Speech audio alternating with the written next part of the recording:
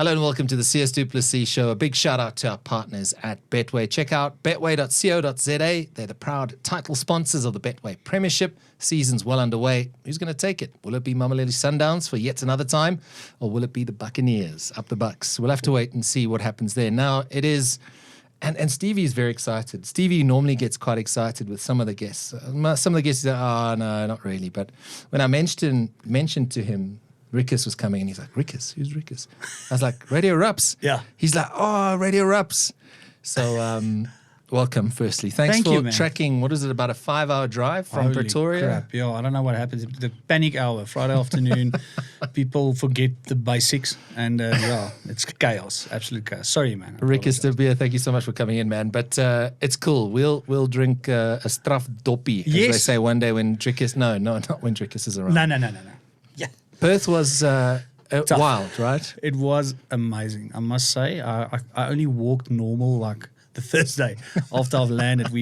It was incredible. It was the build up, everything. It was just amazing. I think a bucket list ticked, right? 100%. Because I mean the anomaly of having our very own champion defending his title in the same city that the 4-time world champions 100%. were playing the day before is insane. And I mean, it just blew my mind. We were actually quite a big group, a couple of Afrikaans singers and guys that some of his friends, some of his sponsors, we all were like on a group, and we all said like long before, when is this going to happen again ever in your life, where the UFC world champion and the world champion of rugby in the same weekend?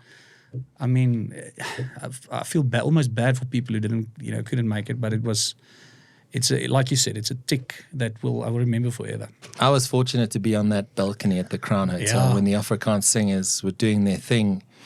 And Sia, Eben, I mean, you guys were there. It was just this like honest, real, like just bonding. South Africans 100%. bonding. You know, it was like the gees was proper. How could we lose that weekend? It's impossible. The emotions were so high. Yeah. And it was like, and it's a weird thing, you know, I do quite a lot of traveling. And this is my third UFC where Dricus fought. I started with the Whittaker whole campaign and everything. I'm going to ask you. We'll go through that one.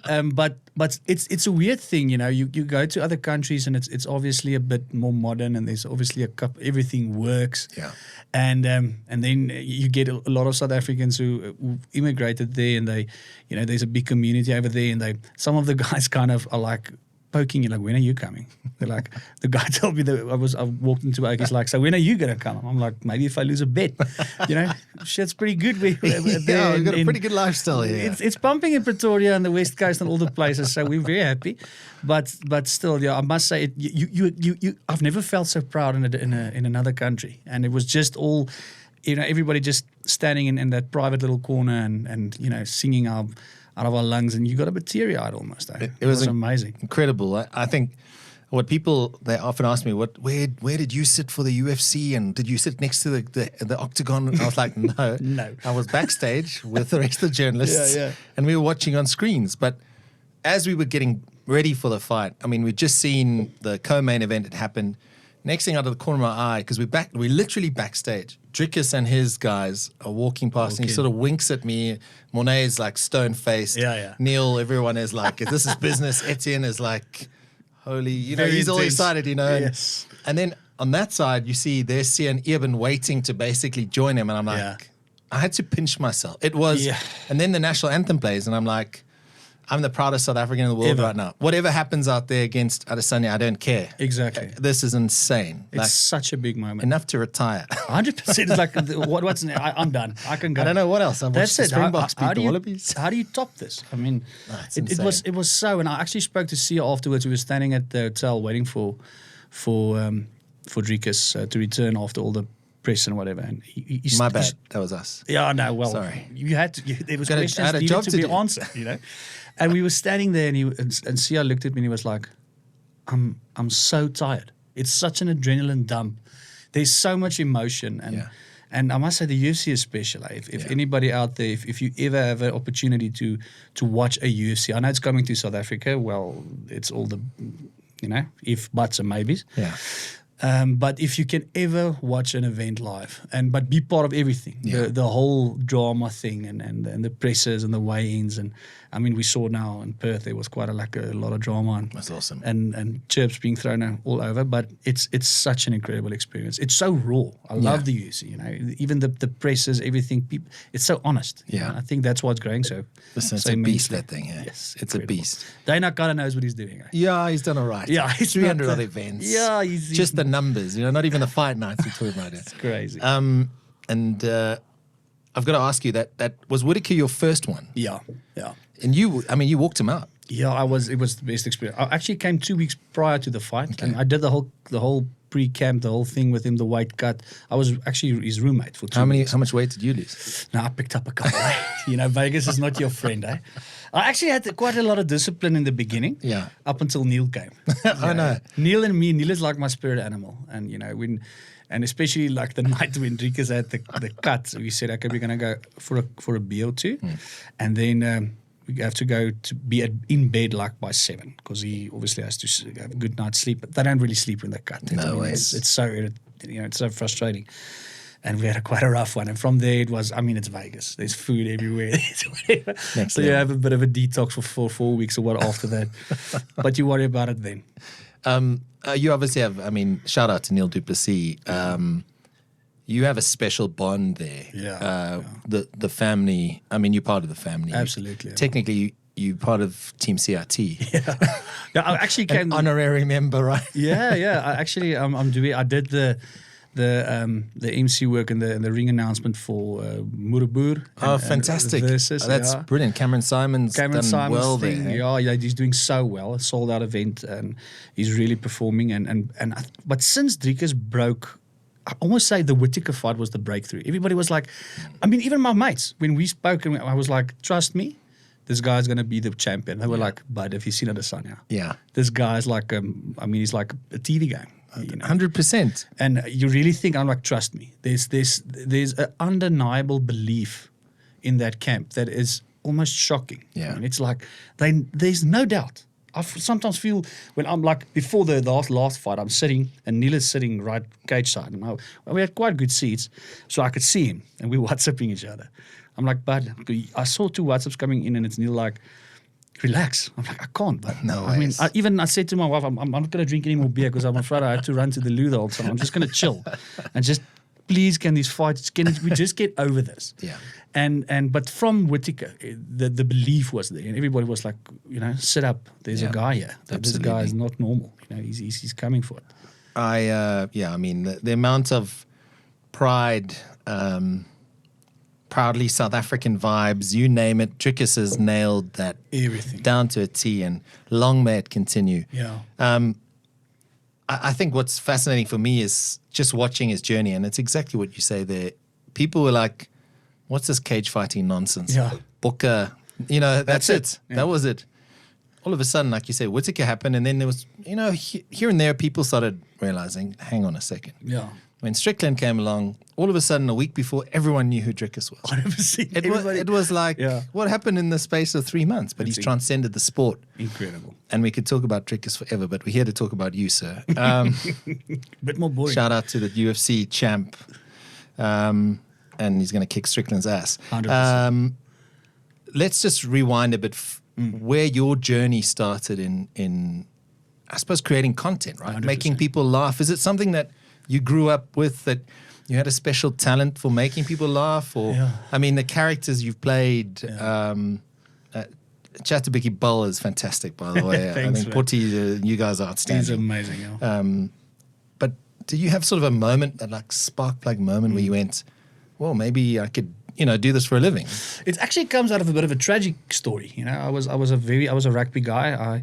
I played primary school craving week, 2 years of high school craving week, and I was completely set on becoming a professional rugby player. Yeah, rugby gave me a kind of a ticket to get out of I was born in Potchefstroom. I went to school and grew up in Klerksdorp, very close to the farm and everything, and rugby was kind of my ticket out of Klerksdorp. I got a nice little bursary and everything at Rauw at that time, not too far from here.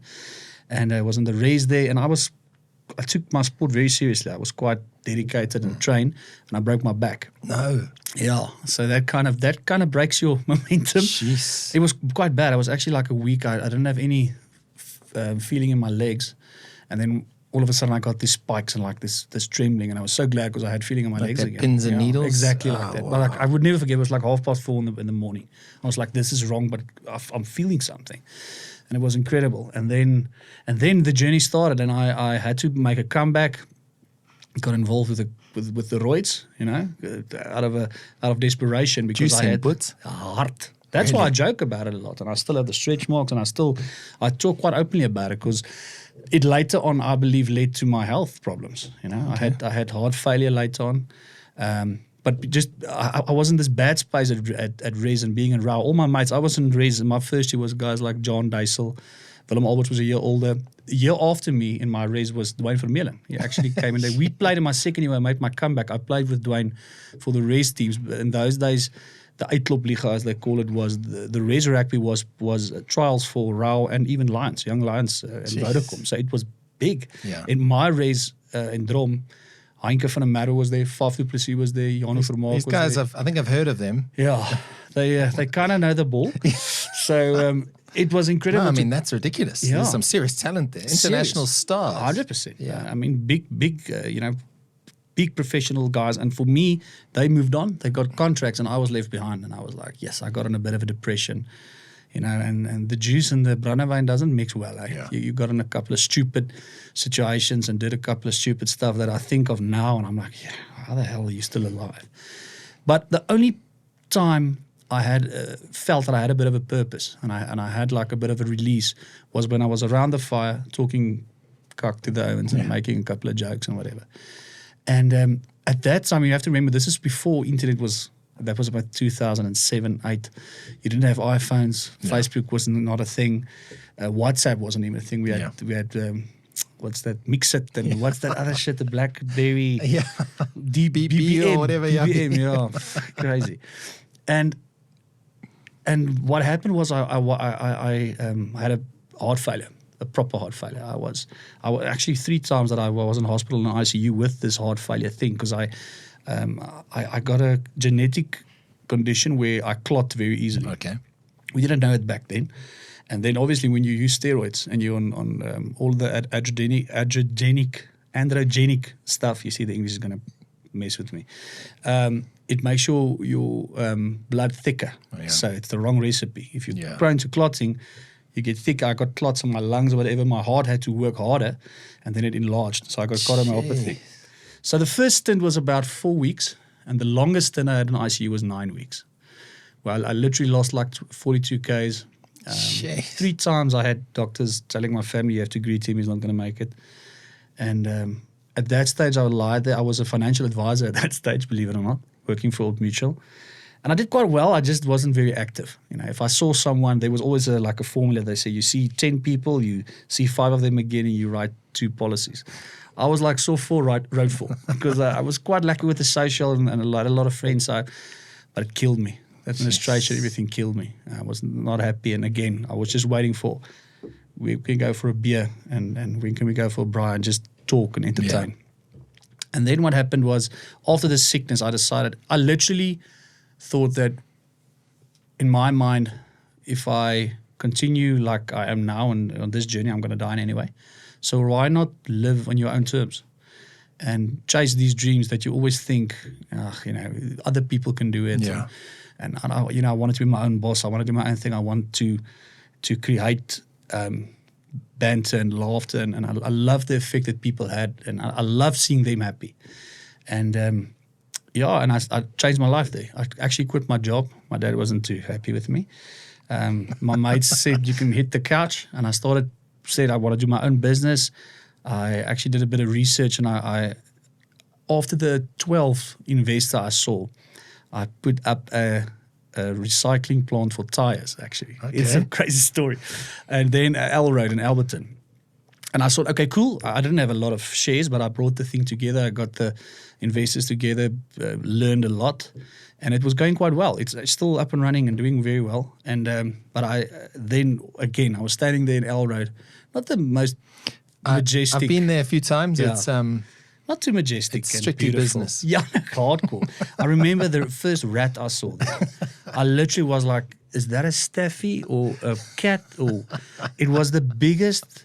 The droppings looked like Chihuahua droppings. It was crazy, and I have a phobia for rats. I run. I can't take it, and I was like, okay, great. This is a sign. This is a sign. And then one time you heard like shots there, people shooting each other. I'm like, They're shooting the rats. exactly. Yeah, with 375 kilograms.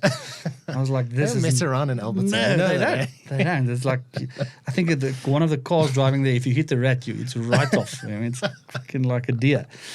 So I said, nah, this is not for me. And at the same time, every Saturday morning I woke up and all of these rugby oaks of my friends were all in this huge group. WhatsApp just started. It was like a year old. Yeah. The fact that you could have a group was like amazing. Yeah. So, and what I did is I did this voice notes of this radio station, Radioraps, with this fictitious character, Jonathan, phoning in from the East Rand. And my mates started sending it all around. And one day, I was actually in a pub here in the city, neighborhood market. There's that old Kitchener's, old bar. I think it's one of the oldest bars in Joburg. And I was standing there, and there was a guy when we watched the Craving Week. Actually, I would never forget it. And in the Craving Week, there was a guy, and we had a couple of chats, and he was a very nice guy. And we had a couple of beers and a shot or whatever. And he pulled his phone out and he was like, have you heard this guy before? No And he way. played me the voice note. And I was like, it's me. And he was like, oh, God, come on. He didn't believe me. And he turned around and he walked away. He's like, you're being an idiot now. I was like, I swear it's me. My mates were like, I swear it's him. And I felt like an idiot. I stood standing in the bar and I was talking like Jonathan with the accent. He was like, fuck, it's you. And I said, okay, cool. Maybe I should make a video. Yeah. And my mate held the phone. It was still bad quality. I was like 720 whatever. It was so bad. And we did a video there and that went viral. And then Facebook was just a thing. And I started adding it on there. And yeah, that's how it started. And then I phoned John Hennie from the band Klopjag. And he actually sent me a message and he was like, can we have some coffee? And I was a huge Klopjag fan. I was like, what? I was so stressed. And I met him and he's the nicest guy. I remember going back to my flatmate at that stage and I told him, John Hennie is a great guy, but he wants something. Nobody can be this nice. And I swear to you, it's been 13 years and he's still that nice. Fantastic. He's an amazing guy. And he said, let me package your stuff a bit. I'll do some videos for you and do it a bit more pro and maybe do a website for you. Yeah. And I said, but I can't pay you now. I can't pay you. Yeah. So I don't think he said, it's fine. One day it'll come back. And we've been working together ever since on a handshake. And he actually said to Zinta, he introduced me to Zinta, who was in the entertainment industry and booking shows. And she said, would you like to do a show? I said, I would try. Maybe try a stand-up or two. Yeah, and from there on. How was that, though? It was you must have terrifying. Yeah, I was going to say, it's one of the hardest things in the world. You have to remember, I had no training whatsoever. Yeah, you were... All the stand-up guys, Skulk, all the guys doing exceptionally well today, all came from a drama background. Yeah. And they've studied and it's the thing. I had no experience whatsoever. My first show was actually in Impala in Potch, in front of about over 1,000 students. And I've never done this before, my first show. And I think I went on stage like 10 o'clock. That's a big crowd. It's a big crowd, and it's a Potch crowd. So the brandy and coke is like R2 or something. And these guys are buzzing, and they just know me from the videos. And I'm like, yeah, this is a lot of people. And I bombed out completely. Really? I did like 10 minutes, and I forgot everything. And I only stood there, and it was like quiet. And I was like, I have to do something. And I picked up my brandy and was just like, down or fuck off. And I just started downing brandies. And that became like 6 in a row. And that became the pot. I was like, I'll be back now. Went off. I told John Hennie, I'm too drunk to get back on. And secondly, this is not for me. Oh, wow. And that was February. And he said, you know what? You're trying too hard. Just remember the days when you spoke cock around the fire and talk jokes to the oaks. And just tell the story. Don't look for punchlines and set it up. Just tell your stories. And I actually thought, okay, let's try that. I have nothing to lose. And that September, I did my first one-man show DVD. It was one of the best sold DVDs in the country. And so in a matter of 7 months, I had to get my shit together. Jeez. And I learned the hard way. And I'm very grateful for that now. Because now, I mean, we've had the biggest Afrikaans show by a single guy ever in the world. There was 7,500 people at Times Square. The previous guy who had the record was Blaise Bridges. He did 6,500 at Sun City, but he did it twice in a row. I did it 2 times, but in 2 different years. So. Listen, congrats on all the success, man. It's thanks, truly man. inspiring. And I think that's part of I always say, like, people ask me, why do you do the show and the podcasting is lame and all that sort of thing, right? But it's because of people like yourself. You come in here, you tell your story, you inspire other people, and whether you're watching on YouTube, listening on Spotify, iTunes, you know that grind like you did when you were a financial advisor, sitting in your car and you're grinding and you happen to listen to it. Hopefully someone listens and goes, geez, I'm going to change what I'm doing and chase what I wanted to do. And it's inspiring. So congratulations, man. Thanks, man. And we haven't even touched on Hennie's yet. Yeah, we're getting there. So Jonathan, is there still parts of you that channeled Jonathan at times, A or lot. for a laugh? Like if someone phones you, hi, is this Mr. De Beer? Can I sell you another contract? I get that 3 times a day. Humor is Jonathan is it's actually easier to put on a character because it's not you. Okay. It's a weird thing. When I speak to John Hennie, when we talk about production stuff and content, I talk about him in the third person. I'm like, Jonathan won't say that. Jonathan will say this. And it's scary. He filmed me one day and I could see I was laughing and I remember that first show I did. We were standing there and I mean there was 1,000 people at Emperor's where I shot my first DVD. Jeez. And it was sold out and I was like, yes. And I was like shaking. And you have one chance. We don't have budget, so we have 3 cameras. If we get it, we get it. If we don't have a DVD. Those days it was still no pressure. DVDs. No pressure. And I asked John, I was like, yes. I was standing there and I was like I haven't had that much nerves even with the rugby game. Yeah. And he looked at me and he said, "You want some advice?" I'm like, "Gooi." And he looked at me and he's like, "Moenie opfokkie." I was like, and we still joke today. You know, even when we did the 7,500, he was like, "Hey, moenie opfokkie." And the tragic thing for me is you have to go, and a lot of people that I heard, you know, chase their, and it's not necessarily success, but it's chasing your purpose. Your passion. Your passion. Absolutely. Is it always has to come from a tragedy. You almost have to be back against the wall. You know, it does, if it's going good and everything's well and tummy is full and it's all good, then it's almost like there's no pressure for you to take that next step. Yeah. There's no, the risk is too high. You know, it's actually, you're getting pretty placid and you're like, it's going well. So there's no, and if we can all just, you know, rethink that and have a different perspective on that and be like, but especially when it's going well, chase your dreams, you know. But it's just for me, it's something I picked up that people always be like, I'm down and out and now my life's going to change. Yeah. Or I'm 400 pounds obese now only, I'm going to change, or whatever it might be. Yeah. It's actually, it's quite sad. It is sad. And I think, you know, to think that you have to almost go to that extreme, right, before you have the courage or the confidence or whatever it is to make that change. But just listening to your story and how it started off as something fun and you've been able to turn your sort of fun into something that earns you money. That I mean, you're a superstar now. You're a rock star. I mean, seriously, bit cool, it like just looking at your success and the little bit of research I've done, it's just tremendous to see what you've done. And I think the next challenge is always that sort of thing, right? I mean, you 100%. describe yourself, and we will touch on Hennie's because I mean that's been a phenomenal story. Yeah.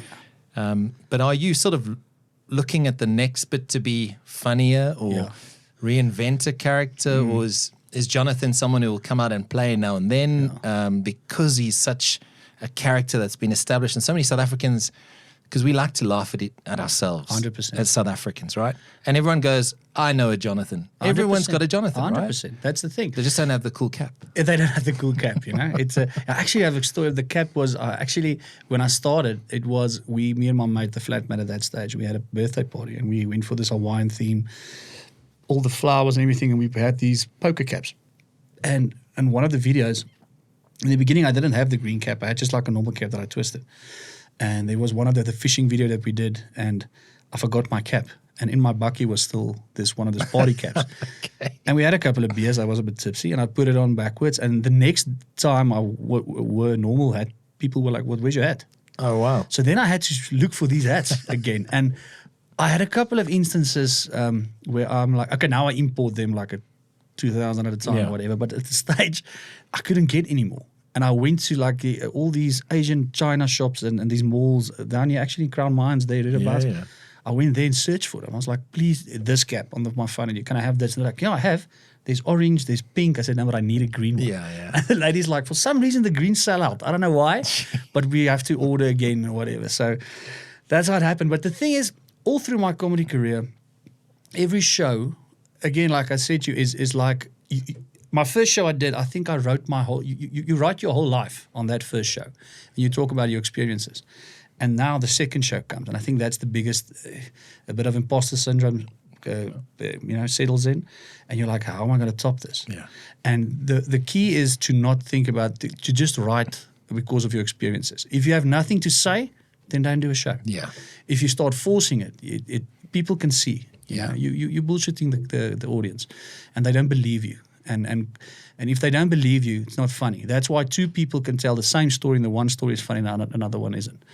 I always say some people tell funny stories and some people tell a story funny. That's true. And that's the difference. So, and you can't bullshit. Yeah. And this year I actually took a break. I didn't show this year because as my life progresses and as I go through different challenges and different aspects of your life, that's where your content comes from. Yeah.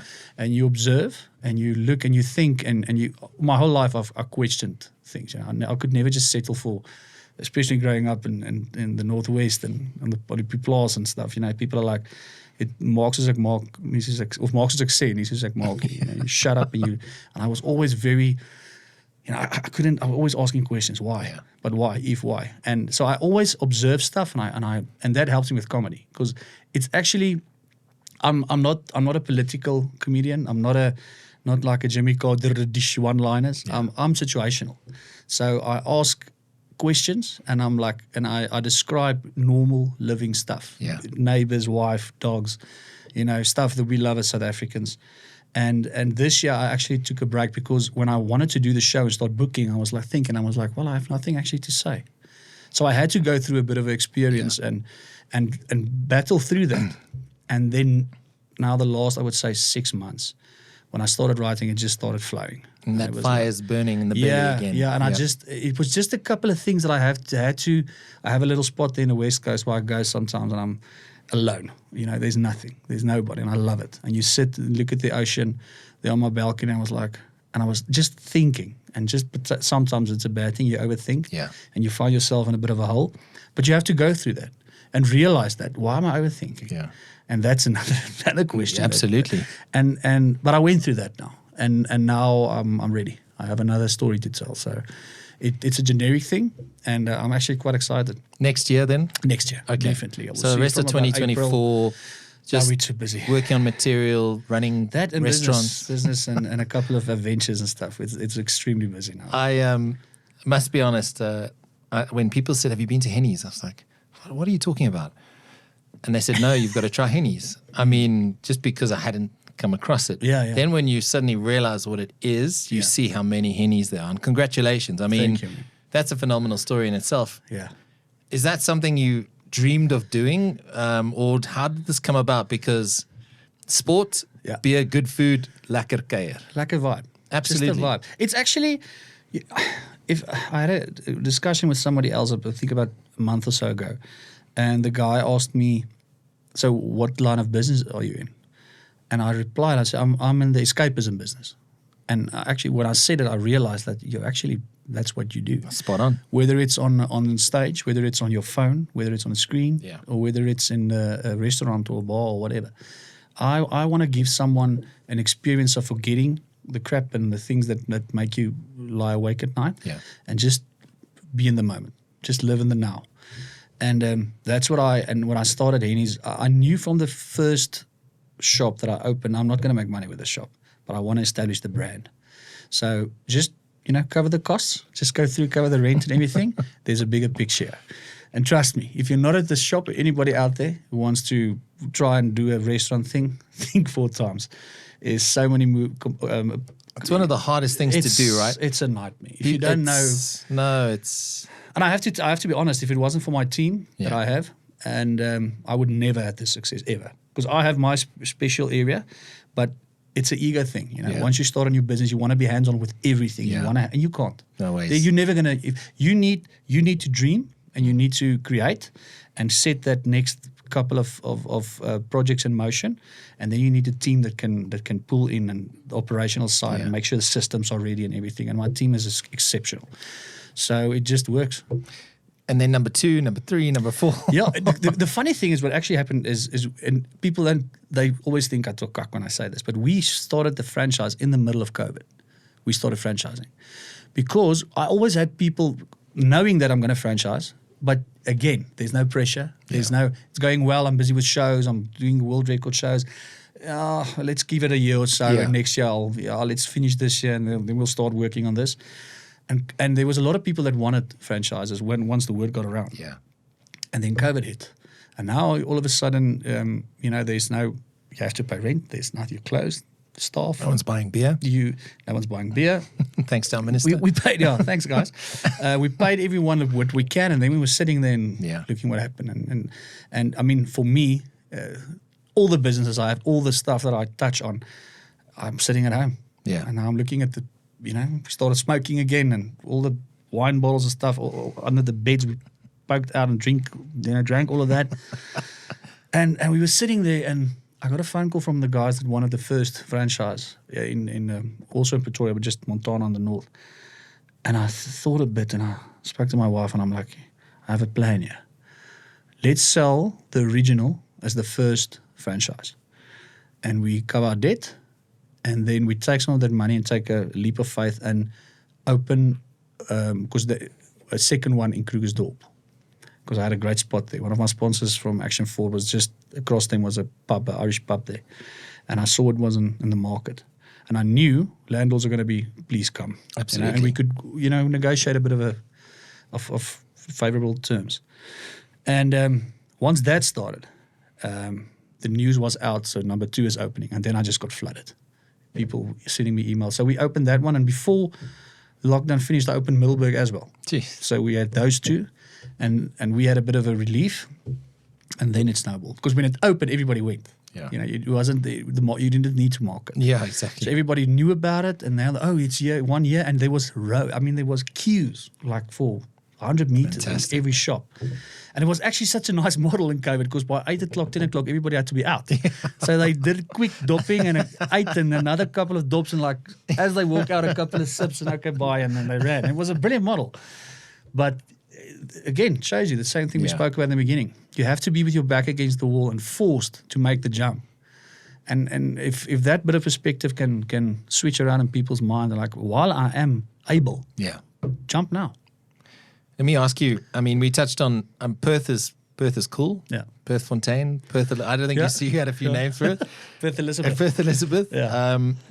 But what is it about South Africa? I mean, we have problems. South Africa has problems, right? And let's not shy away from that. But what kind of excites you and what makes you so proud? I mean, our sport is on another level. Yeah. But you think of, and you said you don't do politics in your shows, but you're a South African. Of course. You're not blind. No. What do you make of what's happening in South Africa at the moment? Is it something that, gives you a bit of hope? A lot of hope. Okay. Once I'm driving here and listening to the news again, you like you said, you get emotional. But we get emotional because we love the country. Yeah. And we see the potential. And thank God for sport, man. I mean, rugby showed us. And that's why I get so angry when people, when I watch rugby, it's a violent thing. I scream, I have to I'm red. I live in that game. I am. Oh, you played it. I'm into it. 100%. I'm tired afterwards. I'm like, what the hell, And you can and people are always like, hey, it's just a game. No, bud. This is not just a game for us. This is hope. Yeah. And this is, it's symbol of, if you look at that team and the whole spectrum of guys that went to private schools and guys like Mapimpi who comes from nowhere and they just gel in their brothers and they go for this bigger goal. There's no more beautiful metaphor ever in the world. And a guy like Dricus coming from a gym in Imoet and beating everyone. Sport has done more for this country than any politician has done in 10 years. Yeah. I'm sorry. There's no. I hate politics. Point. Yeah. Politics for me is the art of lying to get votes. That is. I don't know if you follow the American. Yeah, the American stuff. that's a shambles. It's like I watched it with a popcorn. It's incredible. I can't stop laughing. It's both sides. I mean, it is. What have we? It's actually like if you had this debates and everything 10 years back, people would think it's like a skid. They'll be like, come on, Saturday Night Live. What is this? This is not. This can't be real. Yeah. And yet the people, and I think we're moving in that direction. There's a bit of a shift that's happening. People are becoming more awake. Yeah. Not woke. Yeah. That's a bad thing, but awake. Yeah. They realize, like, listen, we've been fed bullshit. Yeah. If you watch news and you would think this country is burning down to the ground.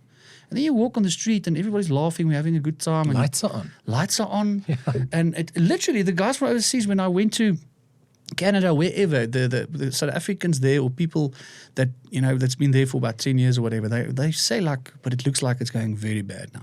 I'm like, not really. I don't know. Maybe in certain parts, obviously. Sure. But hell, we have the big five and we have all this beautiful stuff. And the people are amazing. You know? We are amazing. And we are so diverse in South Africa. I mean, not even... You would say, okay, there's 11 languages, but even subcultures. I mean, Afrikaans people in the West Coast is not the same as Afrikaans people in Pretoria. No ways. It's a different country. Yeah. It's total different people. The people from Uppington is not like the people from P. Even if they're the same color and they speak the same language, it's two different cultures. And that for me is the beauty. And I think Rassie and the Springbok team personified that with that celebrating the diversity and working on the strong points of everyone. And that's the strong thing about this country. We must just stop watching TV and just speak to each other and have these type of conversations. Absolutely. We need this. We have to. And it's going to be uncomfortable. Yeah. And you're going to have to be honest about yourself and listen about the bad things that you do and things. But once you have to recognize that I understand why this can irritate you. Yeah. But you have to understand why that irritates me. And okay, cool, now I understand. Now it's not that bad. And then we move on. None of these conversations aren't happening after 30 years of democracy, for crying out loud. 100%. But let's not get too serious. Yeah. But thanks for sharing your thoughts on that. I know you said, you look at real life and you take your material from that.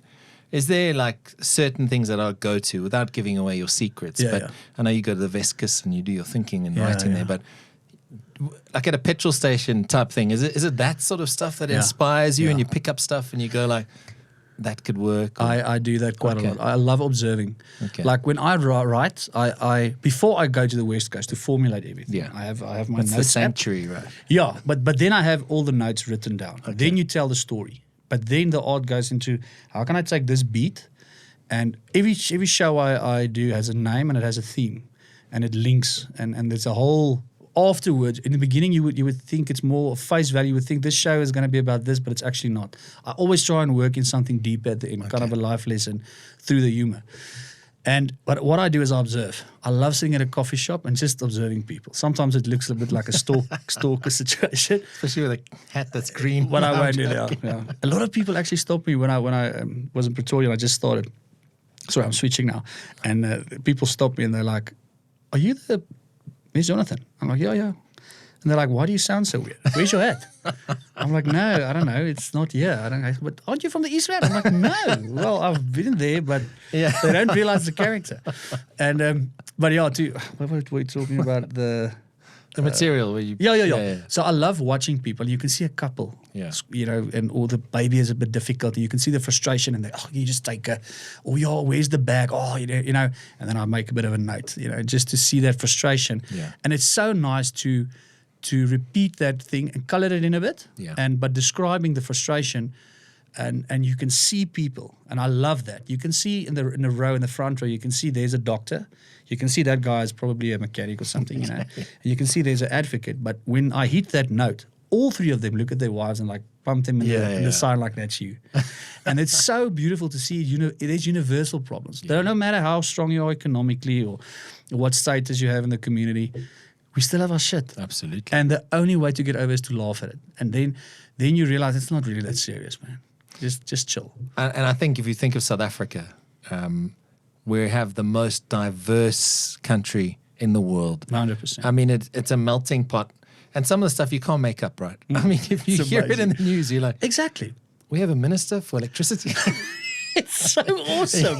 I mean, that's what keeps you going, right? Exactly, I mean, yeah. endless content. 100%. And a lot of, that's why I don't like politics. And I'm, with all due respect to the other comedians who do that. Yeah. For me, it's easy.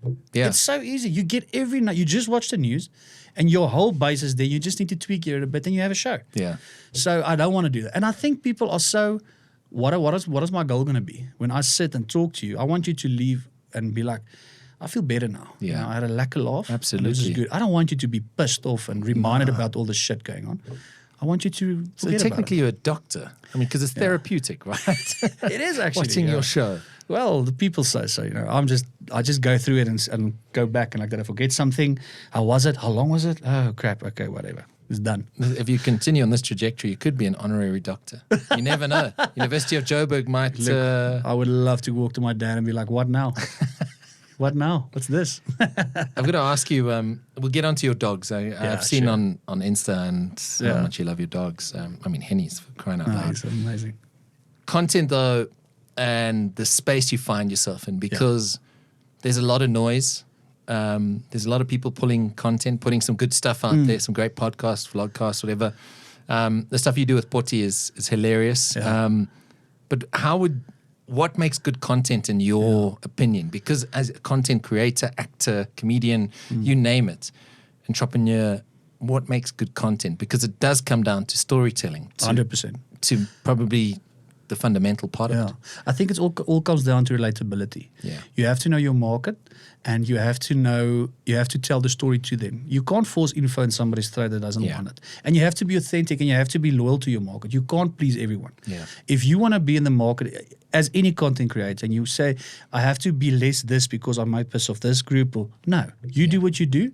And remember, everything, the success normally shows through money. Yeah. And if you whatever you sell or whatever, even if it's just your time and your energy, what you sell, people will buy it if they relate and they agree with you and they find it interesting. So the one thing, and I believe that's my same philosophy in business. You know, be authentic. Sure, you can see there'll be one guy who says this type of business advice and does a brilliant hour-long presentation. The next guy, the total opposite, but they're both filthy rich because their personality is displayed within their business, their management style, whatever. When I was still a financial advisor, not two clients ever had the same portfolio. Your personality is part of your risk, your risk status. So some people are like more skittish and they're a bit more conservative. Other people are, let's go, let's ball, let's try, let's go for gold, everything on red. and then you can be a bit more adventurous. But you have this is the golden age. Yeah. You know, if you have a phone today, you can sit back, especially a phone. The algorithms love that, and you can tell your story. Yeah. And the thing is, I think what people do is they try and copy, and I think that's the worst thing ever. They look at something and are like, I want to try that more from him, and I want to steal that from. It's fine to check and if it's technical stuff. Yeah. But be authentic. Absolutely. Don't be a second Joe Rogan or whatever. Be your own guy, have your own style, and wing it, and don't be too scripted. Yeah. And be authentic. And because that's what I love about podcasts. It feels like I'm sitting in the room with a guy having a coffee. I'm a big Joe Rogan fan. There's a couple of guys that I watch yourself, but it feels like you're sitting talking to an individual. It's not like. When we did chat ball a couple of times when Elma was also with us and stuff, I didn't like when we went like all TV, you know, because people, you tend to get in that frame of, especially when you work a lot with TV. Yeah. When you be like, hi guys, and no, I hated that. That's why I start chat ball with a random discussion in the middle of it. It's brilliant. Everyone, because we just want to wing it from there. Yeah. It needs to be authentic and people, it's like somebody seeing us two standing there and walking in the conversation. It's like, anyway, did you see the rack? And we just be authentic. Absolutely, you're just joining in. But this is the golden era. What you guys are doing, it's fantastic. People should just stick to it. Yeah. And stick to your guns. And if the guys settle in now, they're going to have a brilliant future in content creation. It's an interesting space because it is a labor of love. And you 100%. see a lot of people start podcasts. 3-4 episodes, this is lacquer. This is good fun. okay, we need to get a guest for episode 10. But I've got it. And then it falls away. So that you have to stick to what you believe in, 100%. and you have to pour your heart into it, man. And then, as you've done with your career. Yeah. I also did a bit of a podcast thing. We tried it. We just tested it out a bit. And I have a studio now on the West Coast and one here in Pretoria. And it's also something I want to try and pick up again. Absolutely. You know, I started it telling people, like, we're just testing, just feeling the vibe. Because it was a weird thing for me. People know me as Jonathan. I mean, they walk in the street and like, Jono. They know you, which I love because they relate. Absolutely. It's not like, with all due respect, like if they see another artist, I hate the word artist, if they see a artist or whatever, be like, sorry, will you mind? With me, it's like, Jono. And I love it because it's great. Inviting, and that's what we want.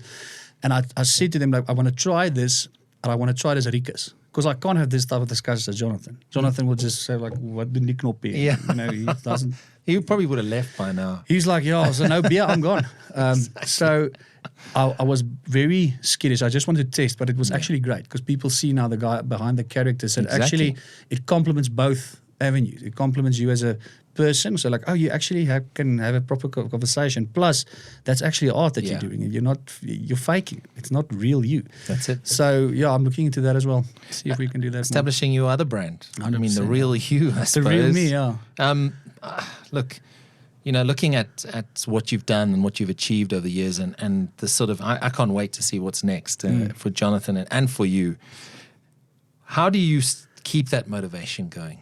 Because I think a lot of people, it's tough outside. Yeah, and it's tough. Grafting and they trying to get stuff, whatever industry it is. Yeah. But for you, what keeps you motivated? What drives you? What puts that fire in the belly? And like you said, you took a step back. Yes. Processed. Hang on a second. Cool. Found the love, the passion again. That's it. This is the direction. Having fun. Yeah. If you're not having fun, stop immediately.